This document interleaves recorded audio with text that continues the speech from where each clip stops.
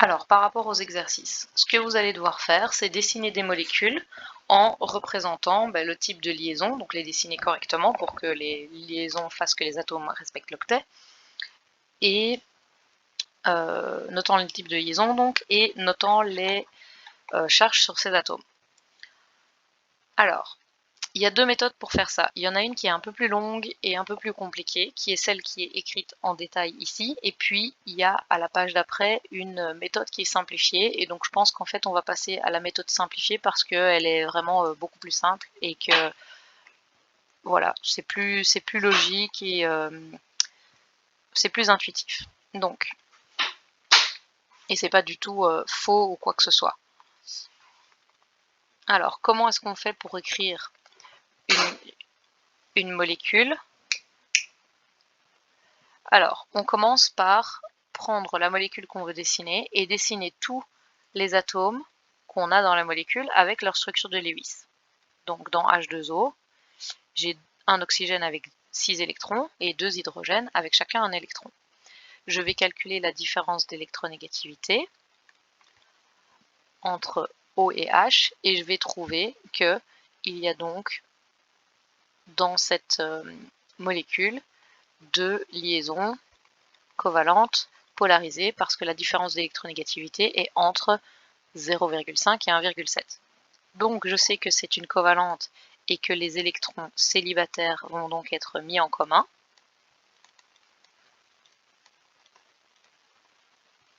Et il n'y a pas 36 façons de pouvoir mettre ces électrons en commun. Alors attention, vous devez bien penser que vous devez toujours faire des liaisons hétéroatomes. Pourquoi? Parce que si je fais une liaison entre H et H, c'est bien, j'ai une molécule d'H2, mais j'ai plus de l'H2O. Donc les liaisons vont bien devoir se faire entre atomes d'espèces différentes. Donc je peux faire deux liaisons comme ça. Je respecte l'octet des hydrogènes qui doivent avoir 2 électrons sur leur dernière couche, et je respecte l'octet de l'oxygène car 2, 4, 6, 8. C'est une liaison covalente polarisée, donc il va y avoir ce qu'on appelait des charges partielles qui se notent delta plus, delta moins. Si je regarde sur quel atome, bien l'oxygène est plus électronégatif, il va donc attirer les électrons, il devient delta moins. Combien d'électrons il attire? 1 et 2, donc il va devenir 2 delta moins. L'hydrogène est delta plus, et l'autre hydrogène est delta plus aussi, étant donné que globalement, ma molécule est censée ne pas être chargée, donc il faut toujours que les charges partielles s'annulent quelque part. Alors, on applique ça à une deuxième molécule, au CO2 par exemple. Alors, je prends le CO2, je calcule la différence d'électronégativité et je tombe également entre 0,5 et 1,7. J'ai pas mon tableau ici, donc je le fais pas, mais si vous le faites, je vous promets qu'on arrive entre 0,5 et 1,7. Donc, c'est une covalente polarisée. Je note mes atomes avec leur structure de Lewis. Donc, le carbone, il est dans la colonne 4, il a 4 électrons. Les oxygènes, ils sont dans la colonne 6, ils ont 6 électrons et 6 électrons. Pour pouvoir faire l'octet de tout le monde, je dois mettre en commun les électrons célibataires. Donc, je regarde, je dois bien faire des liaisons entre C et O et pas entre O et O, donc je ne peux pas faire ça, ça n'aurait pas de sens, parce qu'alors je fais une molécule d'oxygène. Donc, je vais regarder entre C et O, je peux faire une liaison comme ceci, et deux liaisons comme cela, et là je respecte l'octet. 2, 4, 6, 8, 2, 4, 6, 8, et le C, 2, 4, 6, 8. Donc les octets de tout le monde sont respectés, ils ont bien 8 électrons chacun. Alors c'est une covalente polarisée, il y a combien de liaisons? Il y en a 4, 1, 2, 3, 4. Les charges, j'ai des charges partielles, donc delta plus, delta moins.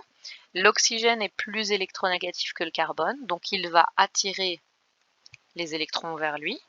Il va donc devenir 2 delta moins pour celui-ci, 2 delta moins pour celui-là, et le carbone qui est au milieu va devenir 4 fois delta plus. Il perd partiellement 1 électron, 2 électrons, 3 électrons, 4 électrons.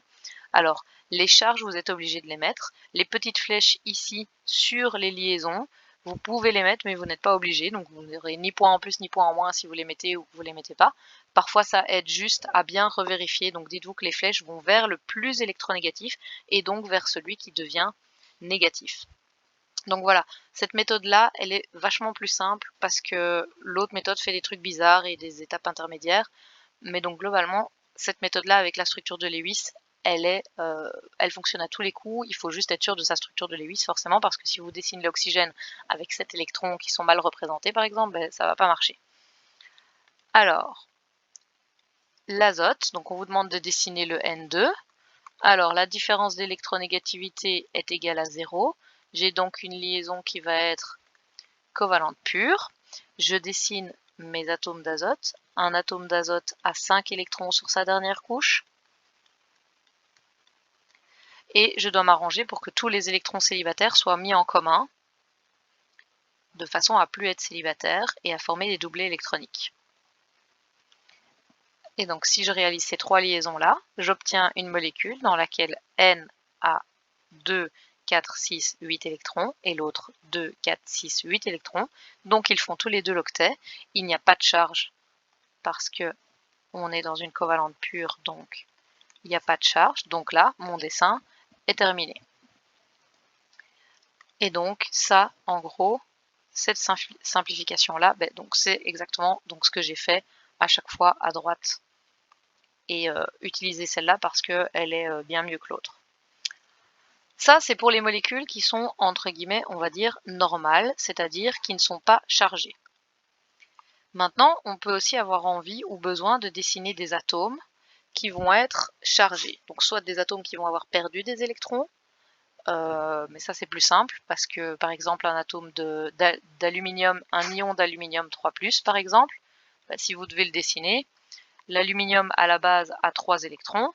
À partir du moment où il perd ses électrons, il va devenir Al3+, parce que ces 3 électrons ont été donnés à quelqu'un, par exemple.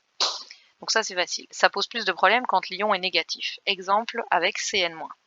Donc ça veut dire que j'ai un C qui a 4 électrons, j'ai un N qui a 5 électrons, et j'ai encore un petit électron tout seul à mettre sur cette molécule. D'accord? Comment est-ce que ça va être représenté, ça?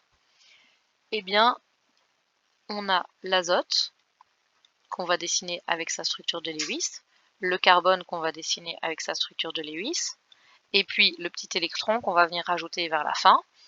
Alors, on va se demander comment, de la même façon, comment est-ce que je peux lier ces atomes de façon à ce qu'ils fassent l'octet? Il n'y a pas 36 possibilités. Le C est obligé de faire des liaisons avec le N. Pour que le N ait l'octet, il va en faire 3, donc le N fait l'octet. Et ce petit électron-là, il va venir se rajouter et former ce qu'on appelle un doublet non liant sur le carbone. Donc, on se retrouve avec un C qui fait 3 liaisons avec son azote, l'azote qui fait l'octet et qui est content, et un C qui porte un doublet électronique. Comme c'est un ion, on va le mettre entre crochets et mettre un moins qui symbolise que c'est effectivement un ion et pas une molécule qui est neutre. Parce que si vous dessinez cette molécule-là comme ceci, sans mettre le crochet, bah, on pense en fait que ça correspond à une molécule qui serait Cn. Or, la molécule Cn n'existe pas parce que dans C et dans N, bah, il manque un électron pour pouvoir faire cette molécule-là vu qu'on a rajouté cet électron-là. Donc, on est obligé de le mettre entre crochets parce que c'est un ion. Alors, ça veut dire quoi en fait, ce fait que ce soit un ion? Si on prend par exemple une molécule qu'on connaîtrait avec du Cn, par exemple la molécule HCN,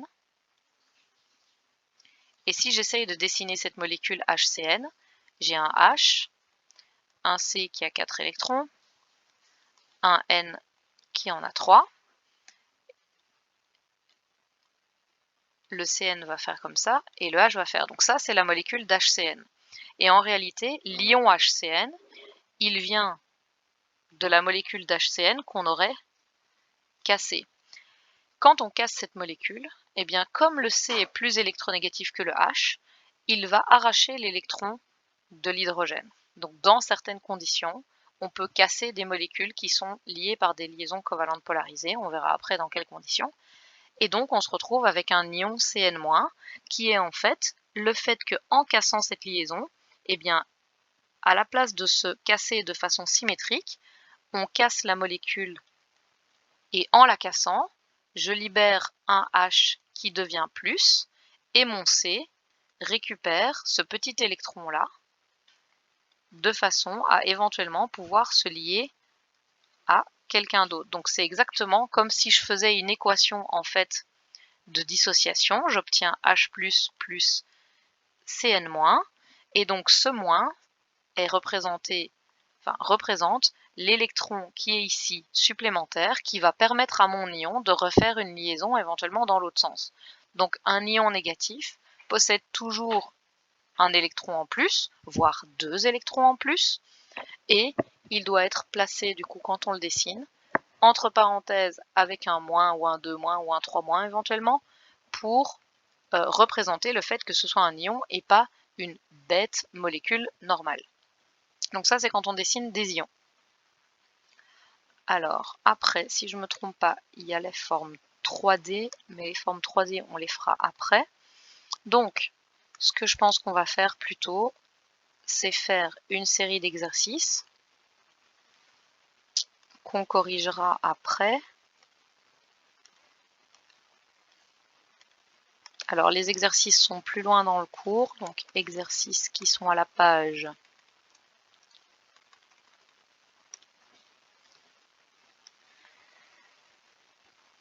Alors, l'exercice 2 de la page 25.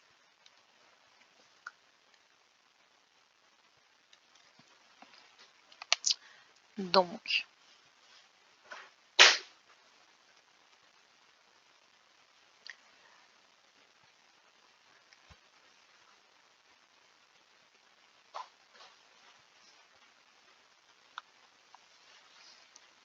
on va essayer de prendre tout l'énoncé. Donc cet exercice-là,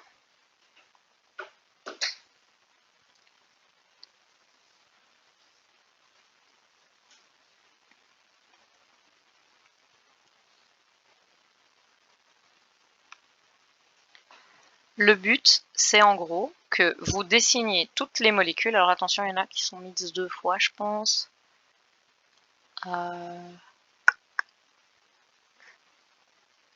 Oui, voilà, CCl4, elle était mise 2 fois. Donc, vous devez écrire les diagrammes de Lewis. Alors attention, parce que diagramme de Lewis, c'est différent de structure de Lewis. Structure de Lewis, c'est la petite croix de chaque atome avec le nombre d'électrons sur la dernière couche. Diagramme de Lewis, c'est la structure de la molécule telle qu'elle est quand les atomes sont liés. Donc ceci, ça, c'est un diagramme de Lewis.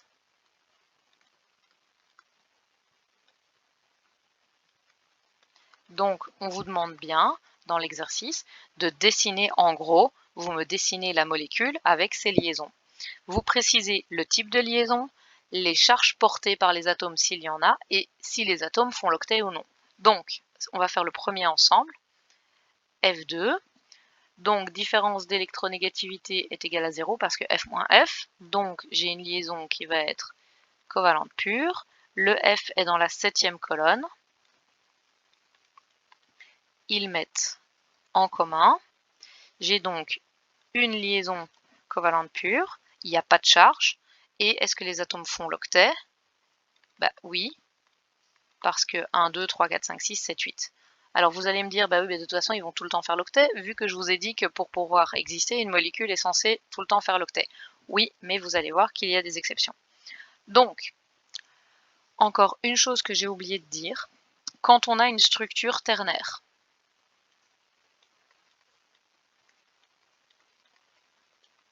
donc soit un sel, soit un acide, donc du type, on va mettre H, X, non, on va mettre avec des M et des M' plutôt, donc du type M, M'O.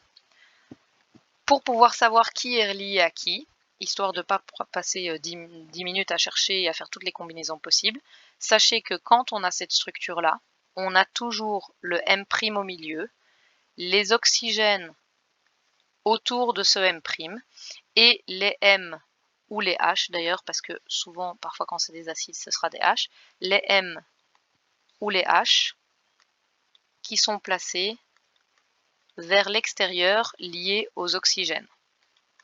Donc ça veut dire que le M' est lié à un certain nombre d'oxygènes, ce nombre dépend de l'indice que porte l'oxygène. Les oxygènes sont à l'extérieur et à ces oxygènes sont liés le M ou le H qui est au début de la molécule.